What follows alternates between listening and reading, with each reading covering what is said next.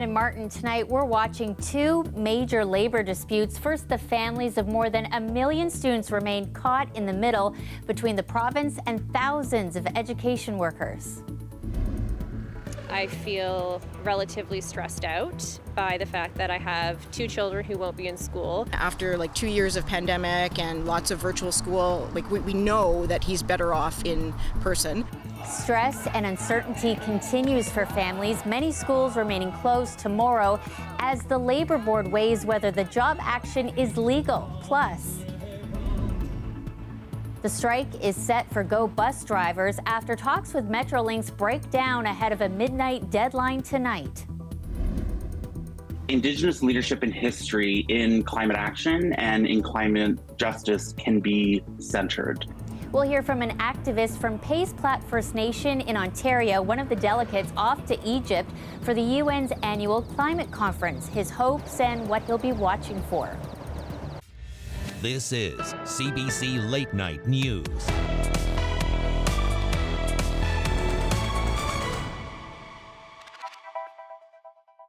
It was so much uncertainty for parents and their kids across the province. Still, no resolution in a contract dispute involving education workers. Many schools remaining closed tomorrow. It's not clear when they might reopen. Behind closed doors all weekend, legal wrangling between the province and CUPE. Deanna Sumanak-Johnson kicks off our coverage with parents trying to make plans for their kids. Okay, ready? We're gonna put your helmet on, okay? Miley's Tamamegi's youngest child, who is not in school yet, is the only family member whose life this week will unfold as normal. So I guess I feel very sad for the children. I feel very sad for the education workers. One of Tamamegi's other kids has autism. The family says his educational assistant at school is key to keeping him happy and progressing. Still, We can't just put him into a pop-up strike camp. We can't because he needs support. many of Ontario's close to 2 million school kids and their families are facing an uncertain week. Tens of thousands of educational assistants, early childhood educators, janitors walked off the job Friday after the province passed legislation imposing a contract and banning their right to strike. Many school boards decided that without the workers, they have to close their doors until the dispute is resolved, leaving many families in limbo. Just the uncertainty, the not knowing what's happening is really it creates anxiety, of course. As workers and their supporters rallied this weekend, the Ontario government and the union representing the workers were locked in an argument at the Ontario Labour Relations Board about whether this strike is legal, about whether it's a strike or a political protest, and to an extent about the very legitimacy of the notwithstanding clause invoked by the Ontario government. This is clearly a major development that everyone in labor and industrial relations is concerned about because there is one other instance in which a government invoked a notwithstanding clause to impose an agreement. That was in 1986. The union said it will continue with its protests even if the board deems them illegal. Deanna Sumanak-Johnson, CBC News, Toronto. So as you heard Deanna say there, is it a strike or political protest? That's the question in front of the Labour Relations Board.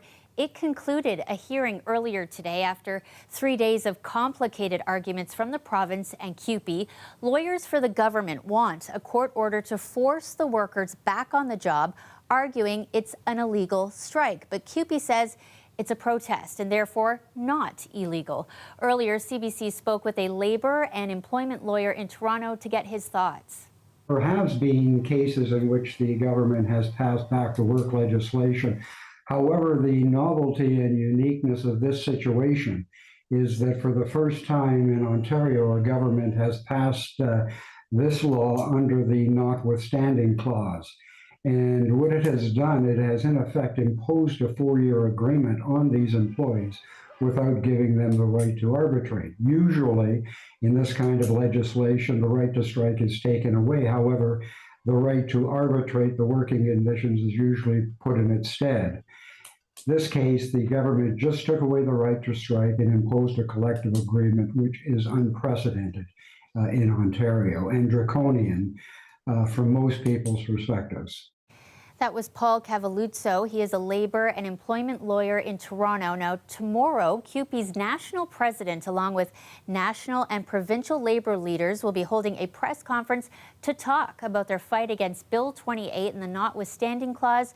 We will have much more on this story for you. You can bet in the morning on radio and on our website. Well, to that other labor dispute unfolding tonight, commuters who rely on the GO bus being forced to find another way to get around tomorrow after talks broke down this evening between members of the Amalgamated Transit Union and Metrolinx. Meg Roberts tracking this all for us tonight from Union Station. Hey, Meg, not good news for bus riders. Yeah, absolutely. GO bus riders are going to have to find alternative transportation for at least tomorrow, if not longer. The union walked away from negotiations this evening and refused a request to come back to the bargaining table. Now, bus operators, station attendants, transit safety officers are among those taking part in the strike, which starts at midnight. The union says key issues include job security relating to hiring contract workers from outside companies. It says Metrolinx refused to address those concerns and instead proposed to delay for another 4 weeks. Take a listen to what they had to say tonight. What we were looking for was what we came to the table with 7 months ago. We've had different iterations of what it would look like. We've given them many options. And here we are on the eve of a strike. And the only thing we got in response was, well, can we wait? Metrolinx saying tonight the Crown Corporation is disappointed with the union's move to reject its current offer. It said in a statement this evening that it's proposed over 67 enhancements to the collective agreement that would improve working conditions for employees. It said for the past 22 years it had language in the agreement that protects the employment security of ATU employees. Metrolinx says it remains open to discussing ways forward and reaching an agreement. So, Meg, I'm thinking about commuters tomorrow morning, depending how far they have to travel. It could be downright painful tomorrow if they can't take a bus. Yeah, absolutely. The GO train will still be operational, as well as the UP Express. This strike will only impact GO bus riders. Commuters who take the TTC or other transit in Mississauga and Hamilton also could maybe face some delays. At Union Station tonight, some riders making future transportation plans. Thinking about this right now, maybe it gets in the way of some plans next week to come back. So, yeah, hopefully it gets resolved. It's going to cause like a lot of inconvenience for everyone who's trying to go places. I needed it Monday to Friday, dependably. To get to and from my job and to be able to get home in time to pick up my son from daycare.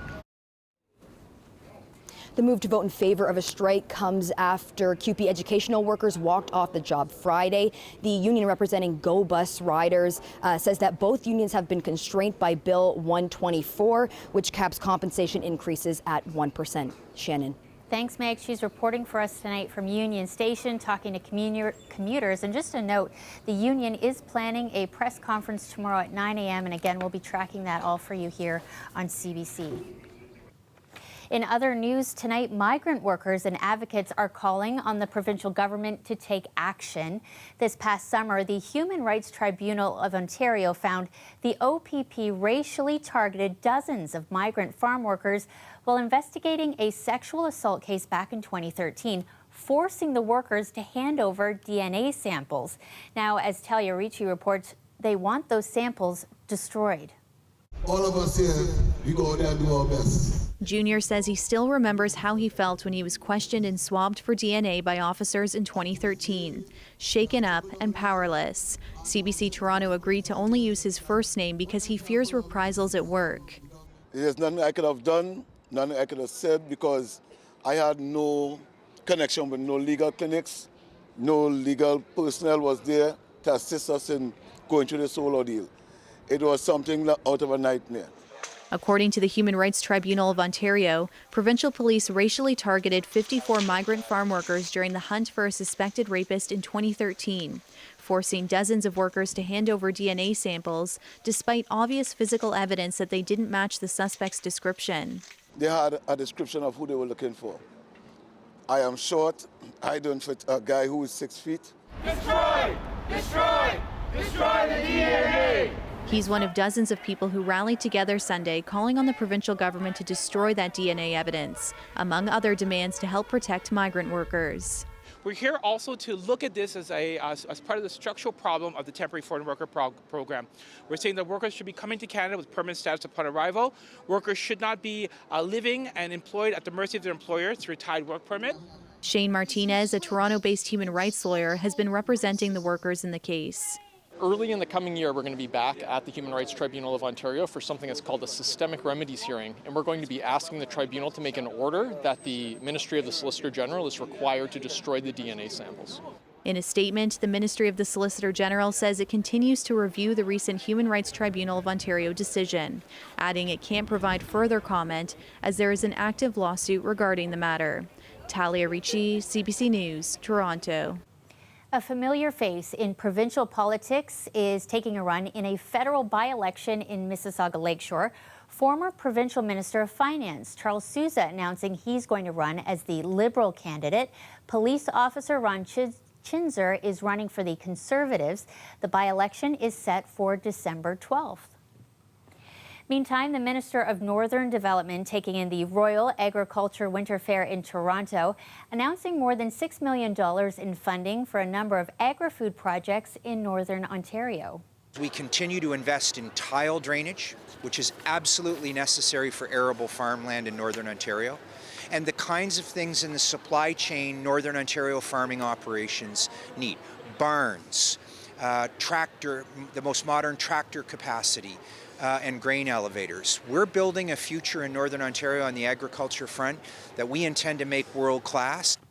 The government says the investment will help create jobs, expand business, and kickstart economic development across the north. Community members are getting together to support those in need as winter approaches. Today, members of the Kiever community, along with 10 other locations across Toronto, were busy making blankets for the Veahafta project to be used by people who need them, who may be street involved, may not have proper access to housing. They're preparing hygiene kits as well. It's organized by Veahafta, a Jewish humanitarian organization. The volunteer efforts taking place at venues across the city. It's the group's 4th annual event.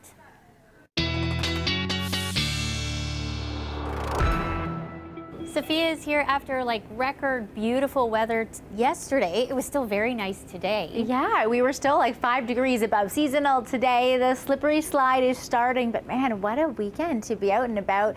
July-like temperatures were had yesterday, and I preface this conversation with talking about the western end of the country where there is sizable swaths of snow, vicious wind, and temperatures that are in the -20s. Meanwhile, the records just continue to fall like dominoes here in the eastern half of the country. We actually hit 20 again today at Pearson, which was a daily temperature record. I want to dive into that record you were talking about from yesterday, the warmest day at 25.1 in November history in Toronto. And in fact, some communities yesterday on Saturday were just a half a degree shy of the all-time Canadian November record. These are pretty sizable records fallen by the wayside, and even our overnight temperatures tonight are where our daytime high should normally be. It's this big ridge of high pressure with the southerly flow, but things are changing for Monday. That high pressure moves to the north of us.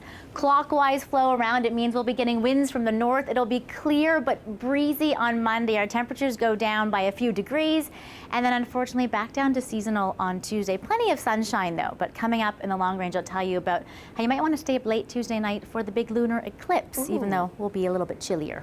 Okay, thanks, Sophia. See you soon. We are 2 weeks away from the FIFA World Cup, and with Canada men's national team set to take the world stage, fans are getting ready here at home.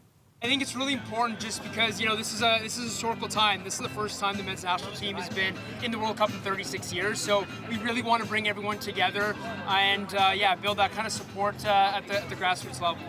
Take a look at young Dundas Square fans getting in the soccer spirit. Tons of games and food to help get people excited for the World Cup. FIFA is set to kick off in Qatar on November 20th.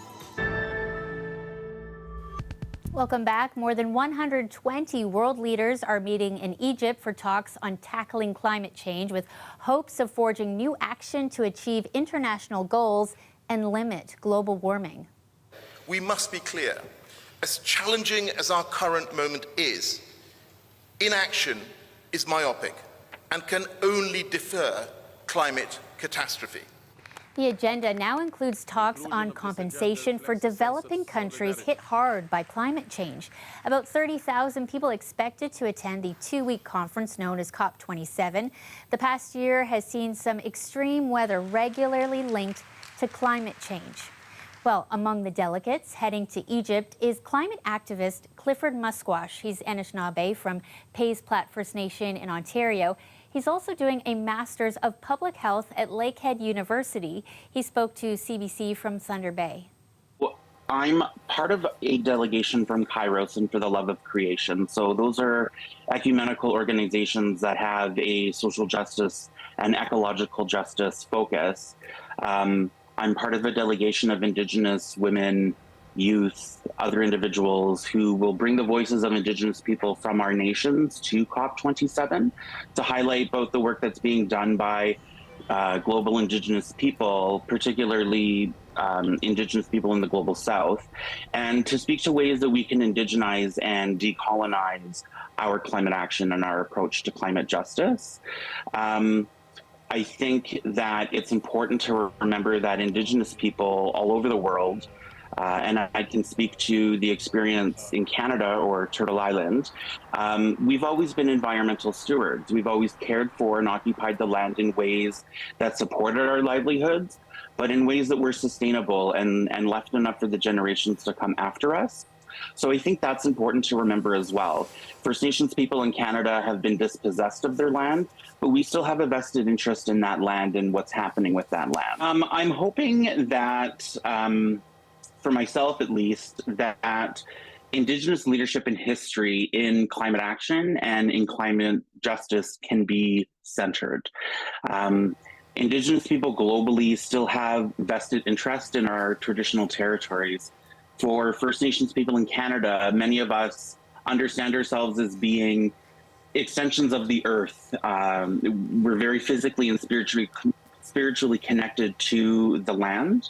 And so I want to encourage the individuals that I speak with to think about land, water, and resources differently, because I think the way that we approach some of these issues can be very different if we see ourselves in the land and if we see the land in ourselves. I also think that opportunities like this are really important for us to be able to come together to actually talk.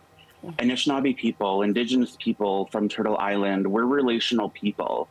There's only so much that you can get accomplished through Zoom or through Skype or whatever technological tool you want to utilize. Things change when we're together, when we can look each other in the eye, when we can share a meal, when we can talk, when we can relate to each other, when we can sit in circle and be humbled by that circle and be humbled by those experiences. So for me, that's what I'm looking for. I think that we can only do that when we are in person. There may be other ways that we can do that effectively through technology, but for myself as a First Nations person, it's very important for us to do that relational work in person. That's Clifford Musquash joining us from Thunder Bay. Members of the Canadian Armed Forces and some Ukrainian youth organizations gathering this weekend to pay their respects at a Remembrance Day memorial ceremony dedicated to thousands of Canadian veterans, as well as Ukrainian soldiers who have died or been wounded in Ukraine. We are seeing this happen before our eyes. So this is not looking back at something that occurred, 5 years ago, 20 years ago, or 80 years ago. Although we do, of course, absolutely honor the contributions and deaths in the Second World War and other wars, but this one in particular because it's so recent and literally unfolding before our eyes. Sachanowski says the ceremony honors the more than 10,000 Ukrainians who have died in the war so far this year. The ceremony was organized by the Ukrainian Canadian Congress and the Ukrainian War Veterans Association of Canada.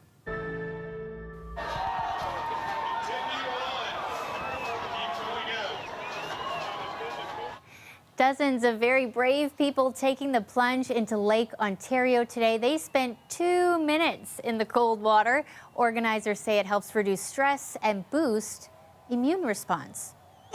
Water's cold for sure, but you know, mind over matter. We went in there as a group, a whole community, and we did it. Let's get it. Let's get it. A number of fitness groups from across Toronto taking part. They say it's the biggest organized cold dip in Lake Ontario. What a crowd. I know. I don't know if you saw the dog. Somebody was holding their dog. I feel like that would be none of me. it. Yes. Yeah, the dog was having none of it. You know, No. I'm a fan of cold plunges, right? Yes, That's why you I put this know. story before me. That's right. Because Guilty as charged. You do it, you've done. Yeah, I'm a big fan. And the lake temperatures, folks, were 12 degrees. So not too bad by my standards. I should have been out there with you. Maybe next year. You're my people. There was a southerly flow, though, which helped with warming things up for you while you were warming up on land. Yeah, 12 degrees, a little bit chilly. The lakes might be a great place to watch the lunar eclipse, the last of the year, Tuesday into the overnight period. It's the Beaver Blood Moon. It's where the moon passes through Earth's shadow, lasts about 3 hours from about 3 a.m. to 7 a.m. So either you stay up late or you wake up early, but luckily the skies will be clear. It'll be the last one for quite a while, the last lunar eclipse until October 2023, which is not going to be as warm, I don't think, as November 2022 was so far. Look at these records. Again, it was a lovely 20-degree day today, a little bit more cloud, and it all drops off the rails for Tuesday when we head back down to seasonal. You'll have tons of sunshine this week, though, so it's a really nice, clear week. We get the next little taste of a fake summer at the end of the week, perfect for Remembrance Day, a bit of a warm-up and resurgence in that southerly flow and clear skies for any of the in-person Remembrance Day events, but then it is downright chilly, Shannon, for next weekend, feeling like -1 for the high as we head into next weekend. What a turn. Okay. Oh, it's done. The warmth is done. Thanks, Sophia. See you next weekend. See you next weekend. Before we go, we have some trivia for you. In May, this Canadian Jeopardy winner won more than $700,000 and the hearts of many. Who is Matea Roach? Well, she's returning to the show this week for the Tournament of Champions. She holds the 5th longest streak in the game. Earlier this year, her streak ended after 23 games when she lost by just $1. Her Jeopardy Tournament of Champions episode is set to air on Tuesday, and you can bet we will all be cheering her on. Pretty amazing. That's our show for you tonight. Thank you so much for watching, and we'll see you again next weekend.